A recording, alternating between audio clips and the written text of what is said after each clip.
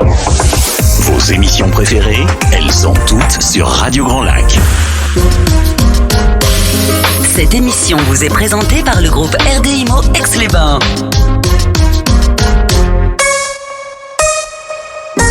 Vous entendez les murmures du lac? Histoire, immobilier, culture, Romain a plein de choses à vous dévoiler.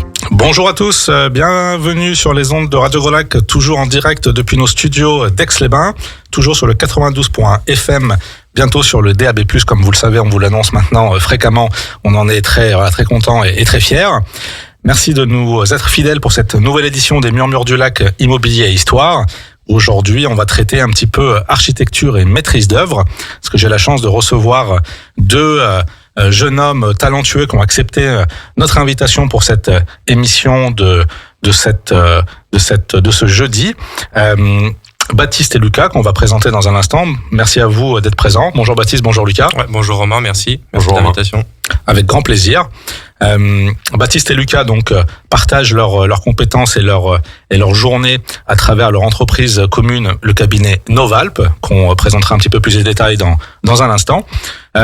Petite genèse de notre rencontre, moi je me rappelle assez bien. On s'était rencontrés chez un client, je crois, si je dis pas de bêtises. C'est exact. Avec toi, Baptiste, le client m'avait dit voilà, l'appartement m'intéresse bien, j'aimerais bien vous l'acheter, mais j'aimerais bien faire passer mon architecte pour qu'il me donne quelques conseils à la fois de restructuration de l'appartement et puis bien sûr de parler un petit peu budget. Donc on s'était rencontrés à ce moment-là, tu t'étais présenté et puis le feeling était plutôt bien passé. Moi, j'avais retenu quelqu'un d'assez attentif, qui avait l'air assez compétent, parce qu'on est toujours un peu nous agents immobiliers réticents en se disant tiens, est-ce que la tierce personne va plutôt m'aider à vendre, ou au contraire créer des difficultés, hein. On sait jamais trop sur quel pied danser, mais là c'était plutôt une relation neutre et objective. Donc j'avais apprécié aussi tes conseils. Et puis dans la foulée, bien sûr, on avait rencontré Lucas qui était plutôt sur la partie maîtrise d'œuvre, suivi de travaux et sur l'aspect, je dirais, plutôt technique et réalisation concrète de ces travaux. Et on avait un petit peu commencé comme ça. Et puis on s'était vu après dans nos agences où on avait pas mal échangé et le feeling s'était renforcé. Et de là, voilà, on essaie de vous consulter le plus possible à travers nos projets, que ce soit pour aider nos vendeurs ou nos acquéreurs à se projeter. Donc aujourd'hui, on va découvrir un petit peu ça. Vous allez nous parler un peu, bien sûr, de vos parcours, comment on en arrive là, et puis de vos métiers et services. Qu'est-ce que vous faites exactement, à rentrer un petit peu dans les coulisses de vos journées, de votre quotidien. Alors une question bête, on va commencer comme ça, parce que je ne sais même pas qui est l'aîné, donc honneur à l'aîné. J'ai envie de dire c'est toi, Baptiste, mais... C'est moi. Ah bon, Lucas, ça va. Il y a combien de différence entre vous deux? Je dirais 7 mois, non? Ah oui, voilà, c'est léger. Bon, ça va.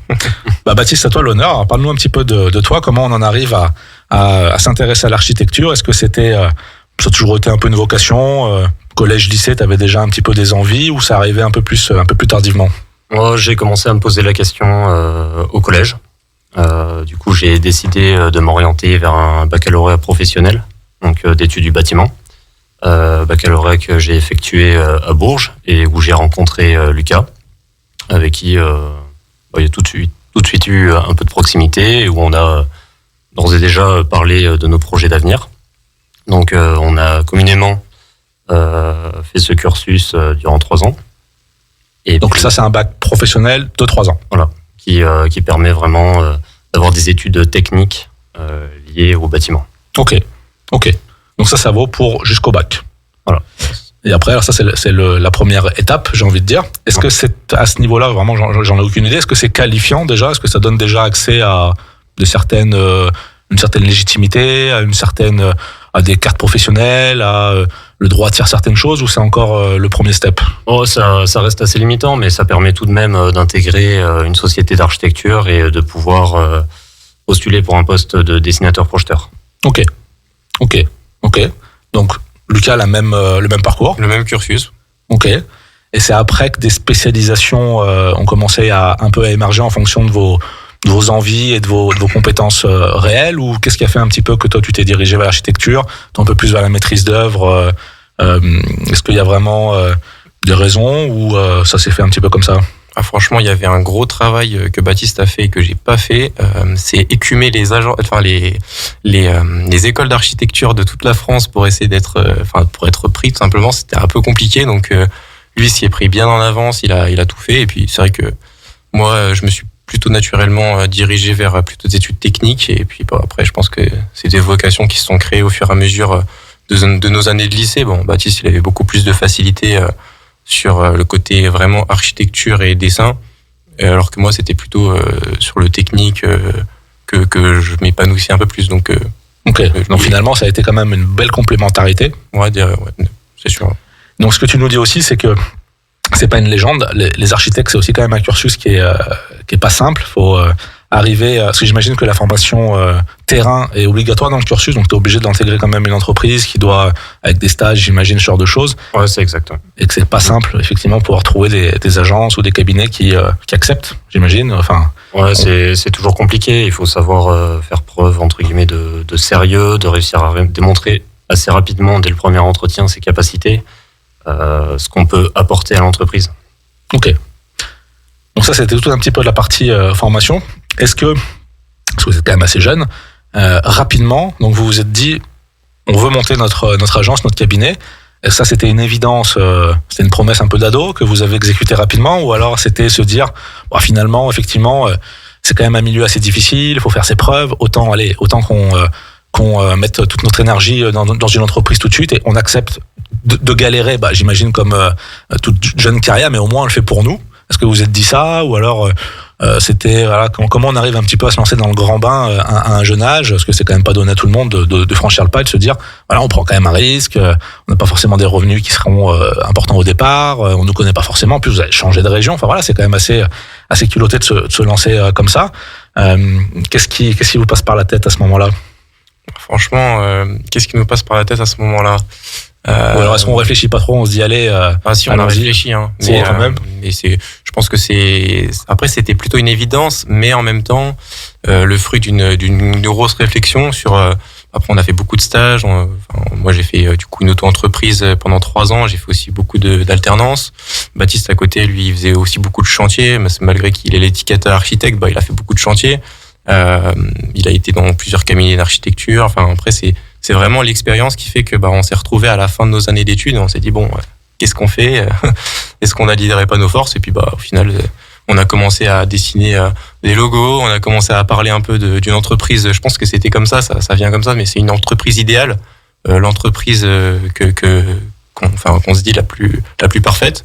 Et au fur et à mesure, en fait, alors après je dis pas qu'on a créé Noval pour qu'elle soit parfaite, mais en tout cas voilà, on a discuté de ça au fur et à mesure. Ça c'est ce qui paraît dans l'entrepreneuriat, de toute façon, il faut partir d'un problème et le résoudre. Donc moi je trouve ça résonne ce que tu dis.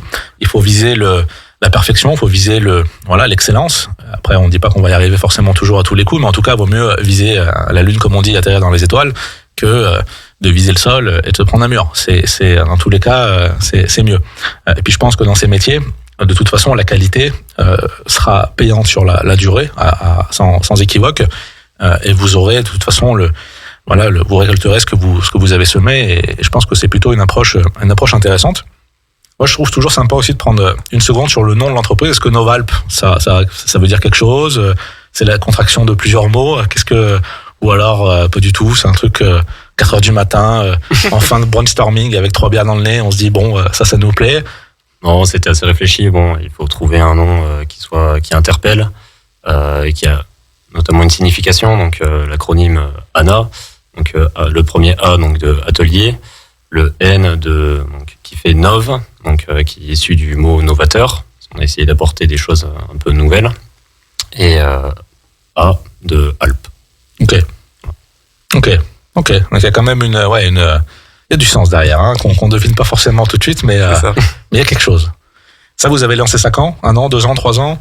Novembre 2023, oui. Ah oui, non, voilà, donc ça fait une année, une grosse année. Ouais, une grosse année. On s'y est pris vraiment aussi, bien en amont. Novembre 2023, c'est l'ouverture au greffe. Après, ça faisait déjà 3 mois au moins qu'on y pensait. Bien sûr. Donc forcément, pour nous, c'est encore plus vieux, quoi. Ok. Un premier bilan à chaud avant de rentrer un peu plus dans le détail. Est-ce que cette première année, qu'est-ce que vous retenez de cette grosse première année? Est-ce que ça conforte votre idée? Vous êtes toujours autant motivé? Est-ce que vous découvrez les joies et les difficultés de l'entrepreneuriat? Qu'est-ce que vous retenez à chaud, Lucas? Qu'est-ce qui te vient à l'esprit? Ouais, je vais Alors je vais pas commencer par ça parce que c'est assez néfaste, mais je vais plutôt commencer par quelque chose de positif, c'est que on découvre vraiment le monde de l'entrepreneuriat au-delà de la simple auto-entreprise pour ma part, et on se rend compte au fur et à mesure des difficultés. Donc après c'est des difficultés liées à notre secteur d'activité, les difficultés liées à l'économie du pays. Enfin après on se rend compte vraiment au fur et à mesure que ça dépasse simplement juste nos bureaux et notre petit papier ou notre petit ordinateur. En fait ça va beaucoup plus loin. Après on a beau mettre des heures et des heures, au final il y a pas que ça, et il faut vraiment aller chercher beaucoup plus loin. Donc un bilan à chaud, difficile, faut s'accrocher, mais bon après quand on aime ce qu'on fait et qu'on est passionné, je pense que ça finira par payer tout du moins, quoi. Baptiste, un complément Comme on l'a évoqué tout à l'heure, c'est se lancer aussi jeune dans des activités, ça peut impressionner. Et puis avec Lucas, quand on s'est lancé, on savait que de toute façon c'est un secteur d'activité dans lequel on apprend tous les jours, qu'on allait faire des erreurs. C'est des choses qui sont arrivées, mais on a toujours su rebondir et je pense satisfaire notre clientèle. Ce qui est important dans ce que vous dites, c'est que finalement, c'est pas le métier en tant que tel qui vous pose une difficulté ou vraiment, ça va être la gestion d'une entreprise en France. C'est sûr qu'on découvre tout le côté administratif, tout le suivi, la comptabilité, les obligations, etc. Le côté volage du commerce. Un client qui peut te dire oui, puis finalement tu comptais sur chantier, puis finalement il a trouvé autre chose, ou finalement il a pas acheté sa maison, ou alors la maison qu'il devait acheter, ça se décale un peu parce qu'il y a une difficulté. Donc c'est un peu toutes les montagnes russes de la vie d'une entreprise, bien sûr. Et je pense qu'au départ, c'est vrai que ça peut être un peu déstabilisant. Il y a des similitudes un peu dans les métiers aussi d'agence immobilière où on est sur effectivement des cycles. Le lundi tout va bien, le lundi on rigole, le mardi on pleure, le mercredi on sort le champagne, le jeudi on va boire de l'eau, etc. Il y a des hauts, il y a des bas, il y a des changements de tout de suite. C'est une bonne nouvelle, tout de suite c'est deux mauvaises nouvelles, tiens encore une bonne nouvelle, puis après trois mauvaises nouvelles. C'est effectivement tout ça qui est un petit peu dur à gérer au départ. Moi je pense que l'important c'est effectivement, tu l'as dit, et c'est le plus important, satisfaire ta clientèle. En tout cas, nous, maintenant, le défi est réussi pour nous. Et ce qui est intéressant, c'est qu'au-delà de ma personne, vous avez réussi à séduire la grande majorité de nos agents. Beaucoup de personnes on vous a quand même fait pas mal bosser. On vous a fait rencontrer pas mal de monde. Et les retours sont plutôt unanimes. Et même, ils sont unanimes. Il y a une compétence technique. Il y a une écoute humaine. Il y a la volonté de satisfaire. Et je pense qu'effectivement, ça paiera. Ça, c'est certain. Ça me fait penser quand on accompagne aussi de jeunes agents qui nous disent, ils ont des étoiles plein les yeux, oui, on veut vendre des maisons à 1 million, 2 millions. Oui, tu vas y arriver, gamin. Mais à un moment donné, il faut peut-être commencer par une petite maison et sentir que la personne en face de toi va gagner en confiance et en compétence. Et ça paiera. Et je pense qu'aujourd'hui, on est aussi dans un monde où il faut accepter d'être moussaillon avant d'être capitaine. Et on est à une époque où c'est un petit peu des fois difficile de l'accepter. Mais je pense que vous avez les pieds sur terre et c'est aussi pour ça que je vous apprécie. Vous avez les compétences, une bonne, je trouve, stabilité, une bonne maturité pour vous n'avez pas non plus 12 ans, mais c'est plutôt agréable d'avoir une jeunesse plutôt compétente et objective aussi sur un petit peu tout ça. Donc non, moi je pense que c'est plutôt, en tout cas depuis que je vous connais, un bilan positif. Moi j'aime bien le coup de crayon. Je trouve qu'il y a quand même une recherche, on voit qu'il y a une envie, et ça c'est, je trouve, assez intéressant.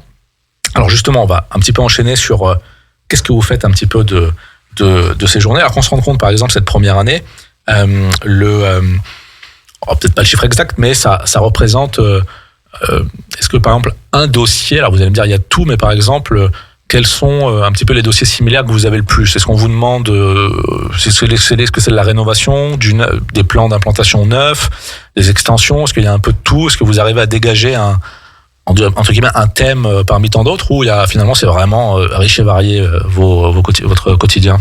Bon, on a lancé la société sans vraiment se demander sur quel type de projet on allait recevoir de la demande. L'année 2024 nous a montré qu'il y avait beaucoup de demandes autour des projets de rénovation. En plus, j'ai envie de dire, dans une région où le patrimoine est assez vieillissant, franchement, la Savoie, alors la Savoie c'est un grand territoire, mais Aix-les-Bains-Chambéry, je trouve que c'est quelque chose où le patrimoine est, soit vous avez du très récent, on voit des constructions un peu cubiques, très modernes, très épurées, soit vous avez des maisons un peu des années 30, 40, 50. Il y a un intermédiaire bien sûr, mais on a un patrimoine, je trouve qu'effectivement, en tout cas, il y a une grosse demande de rénovation, je pense, et effectivement, si j'étais vous, je me spécialiserais un petit peu dans ce type de choses.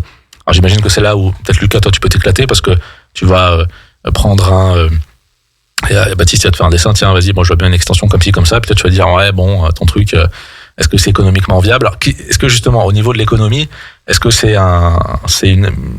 vous faites ça tous les deux, ou c'est plutôt généralement toute ta partie Lucas ça aussi? Est-ce que Baptiste a quand même les pieds sur terre et tu te dis, tiens, bon, le client il a un budget, je vais pas non plus lui faire des baraques Est-ce que l'économie rentre dans ta création à un moment donné? J'imagine que oui, mais est-ce qu'au départ tu te dis non, allez tiens, j'envoie ce que je peux envoyer et puis on verra par la suite, ça sera une conversation avec le client?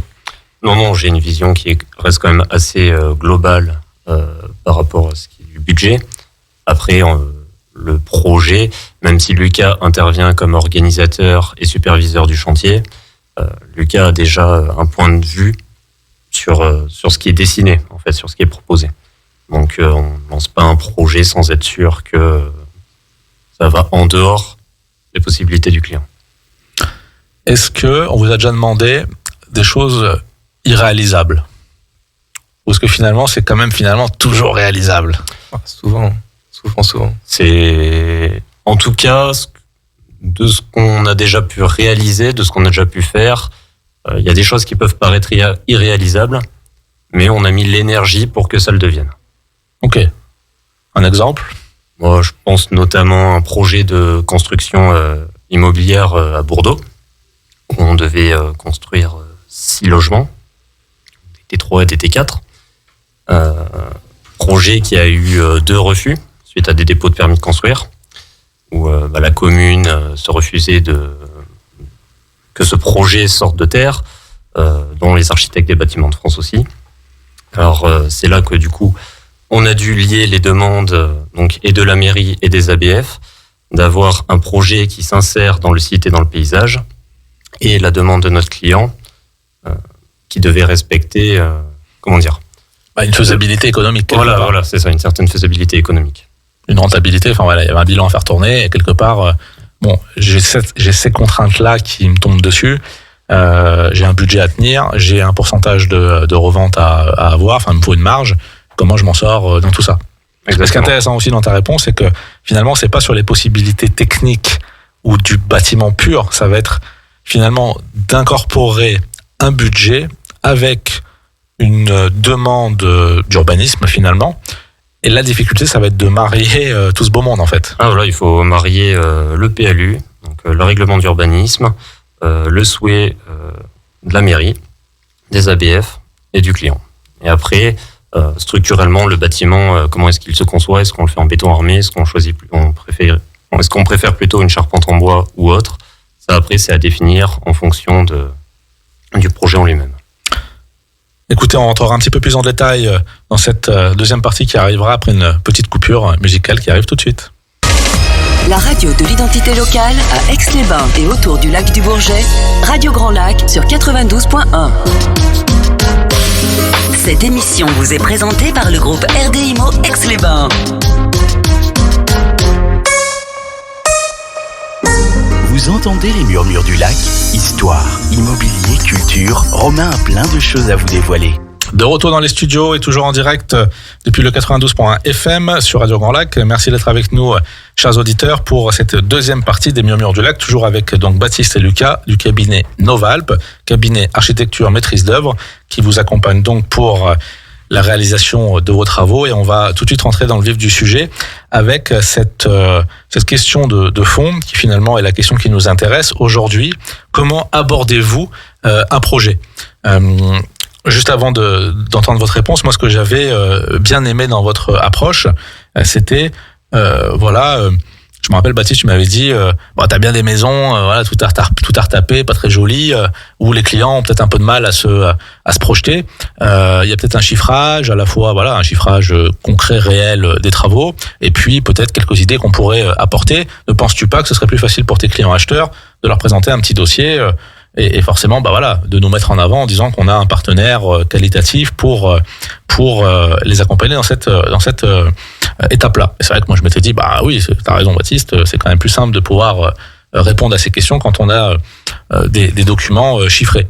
Alors c'est vrai qu'on le faisait sur des postes isolés, dans le sens où une toiture pourrie, on appelait un charpentier qu'on connaissait, on allait pouvoir chiffrer ça, un assainissement pas aux normes, une vieille salle de bain, on appelait notre carreleur plombier. Effectivement, on a toujours eu cette approche, mais vous apportez, et ça je pense que c'est une énorme plus-value, un regard global, un accompagnement global, un interlocuteur unique, et ça je trouve que c'est assez génial quand les chantiers sont quand même un petit peu conséquents. On le disait là en antenne, la personne qui veut repeindre sa chambre, a priori, elle devrait pouvoir se passer malheureusement de vos services. Encore que Lucas, à ce qui paraît, a un bon coup de peinture, un bon coup de rouleau. Donc, mesdames, n'hésitez pas, en plus, il est charmant. On verra ça plus tard. J'aime bien. J'ai déstabilisé un petit peu, mais les petits archis du jour, on en profite. Donc, racontez-nous un petit peu, comment ça se passe, non sérieux, comment ça se passe si je t'appelle, je te dis, tiens, il y a monsieur X, il est super intéressé par cette maison, mais tiens, appelle-le, il attend ton appel, on vous accompagnera sur place. Comment ça va se passer? Je dirais que l'idée fondamentale, c'est de mettre un peu en avant sa double fonction qu'on a, moi et Lucas. Donc moi qui vais être sur la partie conception et Lucas sur cette partie-là chiffrage. Et aussi de l'atout de travailler avec des artisans et du coup de connaître les prix qui sont pratiqués. Dans ce genre de cas de figure où tu vends un bien, où les clients vont avoir du mal à se projeter, que ça soit sur quelle cloison est-ce que je peux casser, où est-ce que je peux déplacer ma salle de bain, combien ça va me coûter. Donc c'est des choses auxquelles on va pouvoir répondre. On effectue un métré pour avoir un métré précis et pouvoir mettre des chiffres en fonction des tâches qui sont à réaliser et permettre de pouvoir présenter à tes clients des plans projetés et les prix qui sont corrélés aux travaux qui sont effectués. Donc ça, c'est l'étape. On vient sur place, on découvre le produit, on fait un relevé précis, un état des lieux finalement. Donc il y a quand même déjà un travail assez important parce qu'il y a un relevé, on en a fait plusieurs effectivement, c'est quand même du temps. Faut réinjecter ces informations dans un logiciel, etc. C'est quand même déjà du job d'avoir ne serait-ce qu'un visuel précis de la situation. À quel moment, alors ça vous le faites, j'imagine vous avez tous les deux un peu la possibilité de le faire, ou j'imagine on le fait en collaboration. Baptiste lui il va plutôt réaliser tout ce qui est métré, retaper sur son logiciel. Moi je suis plutôt sur la partie technique où je vais faire un peu le tour du bien, regarder tout ce qui est électricité, plomberie, vraiment les aspects plutôt techniques. Je vais déjà démarrer à part discuter avec le client, savoir s'il a des points techniques, parler de tout de suite, essayer de réfléchir en termes de à quel l'entrepreneur je vais pouvoir demander un premier chiffrage par-ci par-là. Nos chiffrages on les sort pas de n'importe où. C'est avant tout des prix et des tarifs pratiqués par les artisans avec lesquels on travaille. Donc forcément, j'essaye de recueillir, avec Baptiste, on essaye de recueillir un maximum d'informations, c'est-à-dire sur les épaisseurs de murs, s'il y a une ouverture à faire, forcément le maçon va me dire quelles sont tes épaisseurs de murs, est-ce qu'il est en pierre, est-ce qu'il est en béton, tout va vraiment influencer, tous ces éléments-là vont influencer notre estimation, et donc après on se fait des grilles avec énormément de caractéristiques, et ce qui fait qu'au final on n'est pas obligé de revenir 30 fois sur le bien avant de pouvoir donner un chiffrage précis, mais plutôt on fait une bonne fois pour toutes, on reste 4 heures on reste 4 heures sur le bien, on prend toutes les informations et on a tout ce qu'il faut pour chiffrer, et puis surtout avec la patte de Baptiste de donner un premier agencement, une première conception de ce qui peut être fait quoi. Est-ce que on a, j'imagine, les automatismes un petit peu rapidement. Est-ce que ça vous permet, j'imagine, de tout de suite aussi peut-être indiquer, de dire tiens, rappelle-moi le budget du client. Il avait quoi? Il avait 150 000 euros. Bon, là, je dis tout de suite que ça va être un peu difficile. Ou alors, à contrario, dire bon, il avait 150 000 euros. Là, pour ce que tu me demandes, a priori, il n'y a pas de problème. Je vais bien sûr le faire sérieusement et te donner un chiffre précis, mais je peux déjà te dire qu'on sera en dessous de ça. Est-ce qu'il y a des surprises là-dedans? Est-ce qu'il faut... Nous, par exemple, les estimations, on n'aime jamais donner un prix à chaud chez le client parce que on n'est pas à tête reposée, on on a vu le bien, on est dedans, tu me diras, mais voilà, on aime bien revenir au bureau, reconsulter les références, être sûr, voilà, faire un travail quelque part. Est-ce que vous, c'est un peu pareil? Est-ce que à chaud, toujours un petit peu compliqué quand même de valider une enveloppe, ou est-ce que bon, il y a quand même des cas où ça peut être un peu plus intuitif? Ouais, on fait comme toi, on donne rarement des prix à la volée comme ça. En plus, souvent, quand on donne des prix, tout de suite, il est vraiment, enfin, c'est le premier prix qui est sorti, donc c'est celui de référence. Et nous, on veut pas un prix de référence qui soit un peu délirant. On veut, comme tu dis, on rentre chez nous à tête reposée. Après, bon, il y a des automatismes, il y a des prix au mètre carré, etc. Selon la nature de la rénovation, de la construction, on arrive tout de suite à dire au client si c'est réalisable ou si c'est pas réalisable. Après, comme Baptiste, on est d'accord là-dessus, on aime bien les défis, donc c'est toujours bien il y a un prix, il y a quelque chose à faire. On va essayer d'apporter une solution au client. Après, c'est peut-être même une solution qu'il n'avait même pas envisagée forcément, mais c'est pour ça qu'on est professionnel et c'est pour ça qu'on vient sur sa rénovation, c'est qu'en fait, on vient apporter des solutions et parfois c'est pas ce qu'il a imaginé, mais pour autant, on lui fait des propositions et puis on peut partir sur un projet, même si le budget est pas forcément, je sais pas, ça peut être même un budget diminué, mais au final, avec un tout autre projet, je sais pas si tu as des exemples en tête, Baptiste, mais des rénovations qui devaient être faites, au final, on fait pas la rénovation, mais on refait juste un petit rafraîchissement, il revend son bien, au final, c'est une entente à trouver avec le client, quoi. Est-ce qu'au niveau justement de la valeur ajoutée, moi c'est quelque chose que j'ai compris par justement la multitude de visites et de biens qu'on voit, que la qualité, que l'engagement d'un propriétaire à sublimer finalement sa maison ou son appartement, qu'il retombera toujours sur ses pattes. On va toujours avoir, nous, bien sûr, agents immobiliers, envie que les travaux soient le plus qualitatifs possible, que la cuisine soit la plus jolie possible, que la salle de bain soit séduisante, etc. Et des fois, on va dire, écoutez, monsieur le client, oui, c'est peut-être 20 000 euros de plus, mais vous allez gagner 50 000 de plus quand vous allez revendre. Donc, il n'y a pas de débat. Si vous avez la capacité de le faire, faites-le. Est-ce que c'est une question un peu ouverte, est-ce que les clients, finalement, attendent ça de vous? Vous le sentez? Alors, est-ce qu'ils veulent l'économie à tout prix? Alors peut-être qu'on est dans des années aussi, alors tout le monde fait un peu attention, donc il y a peut-être un peu ça au-dessus de la tête qui nous guette tous et on est prudent. Ou alors il y a quand même des clients qui se disent, écoutez, voilà, je suis pas non plus Crésus, j'ai pas non plus 10 millions à vous donner, mais dans la limite de mes moyens, j'ai quand même vraiment envie d'avoir quelque chose de qualitatif. Et si vous me faites deux propositions, parce que finalement le prix c'est relatif aussi à qu'est-ce que vous allez mettre comme finition.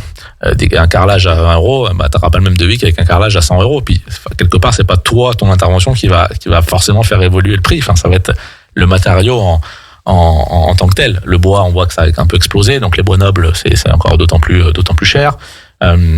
J'imagine que sur des chantiers un peu sympas, les gens veulent des grandes baies vitrées, des grandes ouvertures, on veut plus trop des murs, on veut tout que soit autoporté. Enfin voilà, tout ça, j'imagine que c'est aussi des coûts supplémentaires.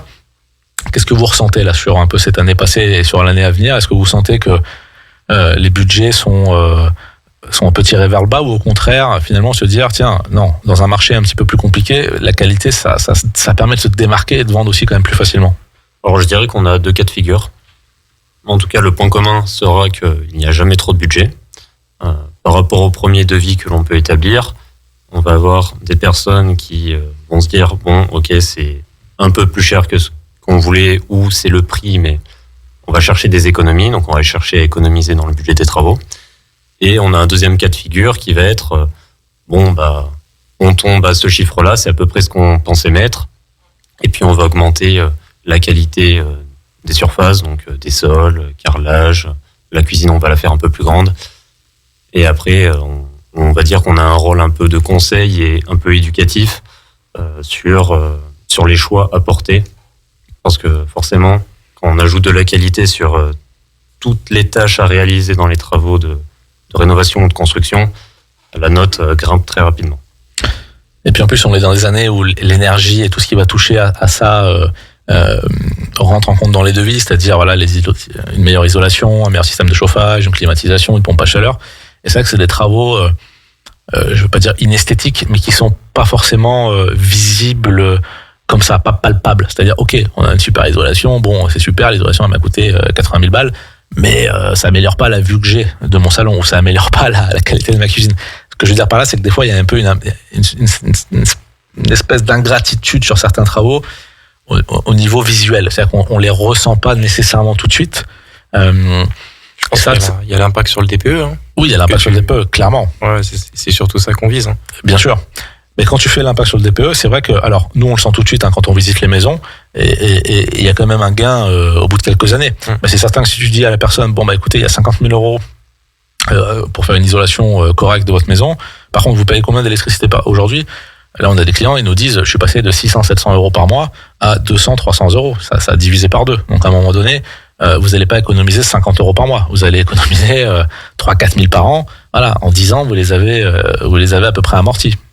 Après, encore une fois, l'éternelle question, est-ce que tu as la possibilité d'ajouter 50 000 euros ou pas dans ton budget ? Tu avais déjà une enveloppe de 200 000, ce qui était déjà pas mal. Puis bon, on te dit, écoutez, monsieur, ça va être 280 000 euros pour tout ce que vous me demandez. Parce que vous vous rendez pas compte, une pompe à chaleur, c'est 35 000. La VMC, elle est foutue chez vous, faut la changer. L'isolation est pas top. Donc, ok, vous avez un super système de chauffage, mais vous avez de la déperdition à tous les étages dans votre maison. Et ça, je pense que, comme tu disais, il y a de l'éducation aussi à apporter. Et peut-être que ce qui peut être frustrant, alors peut-être plus le côté architecture qui peut être frustré que le côté peut-être maîtriseur, mais se dire, à défaut d'avoir l'esthétisme la folie créatrice peut être freinée finalement par se dire, bon, t'es bien sympa avec tes plans super séduisants, mais je préfère peut-être refaire l'isolation de ma maison ou ce genre de choses. Est-ce que aussi, vous voyez qu'il y a un arbitrage qui est fait par les clients? Est-ce que c'est finalement le côté visuel qui va l'emporter, ou c'est le côté entre guillemets rationnel qui l'emporte souvent? On essaye d'être assez rationnel. Par exemple, on a déjà eu des cas de figure où on a un système de fuel pour le chauffage de la maison. Bon, il n'y a pas à dialoguer, on remplace. On a eu d'autres cas de figure où on avait des installations très récentes de chaudière à gaz. Même si l'installation d'une pompe à chaleur permettrait de gagner une lettre, on n'invite pas les clients à le faire. Parce que nous, personnellement, la chaudière à gaz, remplacer tout le système, ça a un coût. Est-ce que les économies liées mensuellement à ce remplacement-là vont permettre d'amortir les travaux réalisés? Pas sûr. Voilà, pas sûr. Donc, on se met aussi à la place du client, on essaye d'être rationnel et on les invite à faire les travaux qui sont strictement nécessaires. Est-ce que j'imagine que au début on veut, je sais pas que vous ferez moins bien plus tard, mais sur les premières années, voilà, on donne tout. Est-ce que c'est facile de jongler entre le suivi des chantiers que vous avez aujourd'hui et la prise de chantiers nouveaux? Vous passez quand même beaucoup de temps, je pense, à justement faire ces études. Vous donnez beaucoup de vos personnes, nous c'est ce qu'on apprécie. Donc on espère que nos auditeurs auront plein de travaux à vous confier. Vous pouvez vraiment y aller les yeux fermés. Vous aurez de super conseils et vraiment une super approche. Et de toute façon, ça c'est une croyance que j'ai et qui est partagée par beaucoup de personnes, je pense, c'est que les premières années d'une entreprise sont toujours les meilleures. C'est là où on donne tout. Les 5 ans, les 10 premières années. Alors je dis pas que quand vous avez une boîte depuis 30 ans, vous êtes plus dans la qualité, c'est pas ce que je dis, mais au départ, voilà, c'est la fougue de pouvoir vraiment être excellent. Tu parlais tout à l'heure tu vises l'excellence. T'es configuré pour ça. Donc n'hésitez pas. C'est je pense puis je pense qu'aussi pour l'instant on a les moyens de vous payer, parce que à un moment donné, je leur dis souvent, rappelez-vous qu'on a été sympa avec vous, quand vous nous enverrez des factures à 4 chiffres ou à 5 chiffres, on sera plus copains. On essaiera toujours de s'arranger, Romain. Voilà, ça me va alors. Mais ça aussi je trouve intéressant, c'est que voilà, les tarifs sont plus que corrects et vous avez à cœur. Alors on parlait des prix, mais ce qui est sympa aussi, c'est que j'imagine vous avez vous êtes bien vu avec certaines entreprises, donc j'imagine des délais d'intervention un peu en urgence. J'imagine que vous arrivez à glisser 2-3 chantiers. Vous me dites, non, moi j'ai vraiment, écoute, là c'est la rentrée en septembre, j'ai 2 mois pour finir ma baraque. Est-ce que vous arrivez aussi avec votre réseau à intervenir rapidement? Moi, c'est vraiment le gros plus de notre entreprise, je dirais, c'est la proximité qu'on a avec notre réseau d'artisans. On a fait une présélection d'artisans. Comme tu dis, on n'était pas de la région, donc on a dû faire un énorme travail de fond là-dessus pour essayer de filtrer un peu. Et au final, on se retrouve avec des gars super, avec des très bons carreleurs, des très bons artisans dans tous les cœurs de métier. Et puis c'est, comme on dit, on a eu un plombier en une journée. C'est pas simple à avoir. Ouais, pas simple à avoir. Donc non, à chaque fois, on arrive à caler Alors après, bon, faut que ce soit réaliste, mais on arrive toujours à caler des chantiers, etc. À s'adapter. Donc, c'est le gros plus de l'entreprise, je dirais. Ok. Est-ce que il y a on l'a déjà dit, mais vraiment quelque chose qui vous une forme de spécialité, vraiment quelque chose, tu te dis tiens, ça c'est vraiment quelque chose, on est vraiment parfaitement là-dedans. On a parlé un petit peu de la rénovation. Est-ce que le neuf pur, c'est quelque chose aussi où vous êtes à l'aise là-dedans? C'est des fois, bon, c'est plus les mêmes problèmes. Et des fois, on dit souvent que c'est peut-être plus simple de partir d'une toile vierge, au moins les contraintes, elles sont différentes. Ou alors vraiment l'ancien, vous dites tiens, vraiment allez, on sent qu'on se dirige un peu par ça. Est-ce qu'il y a un choix qui se dessine ou pas encore, toujours? Il n'y a pas vraiment de choix qui se décide, mais je dirais que c'est aussi valable que pour les artisans. On sait quand un artisan est bon, quand on voit ce qu'il est capable de réaliser sur un chantier de rénovation. C'est vrai. Donc la construction, contrairement à ce qu'on peut penser, est beaucoup plus simple que les chantiers de rénovation. Moi, je suis assez d'accord. Alors, j'ai mis un petit moment à le comprendre. C'est ça que le neuf, plus jeune, m'effrayait, entre guillemets. Je me dis, tiens, est-ce que c'est mal construit? Est-ce que ci, est-ce que ça? Mais en fait, effectivement, c'est tellement complexe, une rénovation. Il y a tellement de paramètres à prendre en compte que finalement, repartir du neuf avec un plan neuf, avec une structure neuve, avec un plan neuf, avec une étude d'ingénieur neuf, quelque part, voilà, on suit comme un puzzle ou une boîte de Lego. Enfin, quoi, on y va, quoi. C'est, à la limite, je suis d'accord avec toi. Je pense, à mon niveau. En tout cas, aujourd'hui, ça me paraît plus facile qu'une rénovation dite complexe. Toi aussi, Lucas, Je dirais que la rénovation, c'est vraiment très technique. Malheureusement, Baptiste ne pourra pas donner son crayon sur l'extérieur. Donc, ça sera plus sur l'intérieur qui va se faire plaisir. Donc, c'est vraiment côté technique qui est très difficile sur la rénovation. La compatibilité des choses, switcher des équipements. Mais la construction, je dirais que du coup, le côté technique qui passe après, il est beaucoup plus facile parce qu'on choisit tout ce qu'on veut. Par contre, là où c'est vraiment très compliqué, et je trouve Baptiste s'en sort très très très bien, c'est sur tout ce qui est du coup le coup de crayon, et essayer de pas faire comme tout le monde, pas faire un cube, pas faire un rectangle, vraiment essayer d'apporter des formes, et c'est ce qu'on s'efforce de faire, et je pense que on y arrive plutôt pas mal sur les quelques constructions qu'on a. Mais c'est vraiment, c'est pas se laisser emporter par la facilité, et toujours essayer de se réinventer et faire évoluer l'architecture à notre échelle, quoi, tout simplement. Ça donne envie, en tout cas. On a envie d'acheter des terrains, de faire construire, de rénover. Donc ça nous parle. En tout cas, voilà, vous l'avez compris, chers auditeurs, on a la capacité de vous mettre en relation. Donc, vous pouvez contacter la radio ou les agents du groupe RDMO. On vous mettra avec plaisir en relation. Ou juste taper Novalp dans votre barre de recherche favorite et les coordonnées vous arriveront facilement.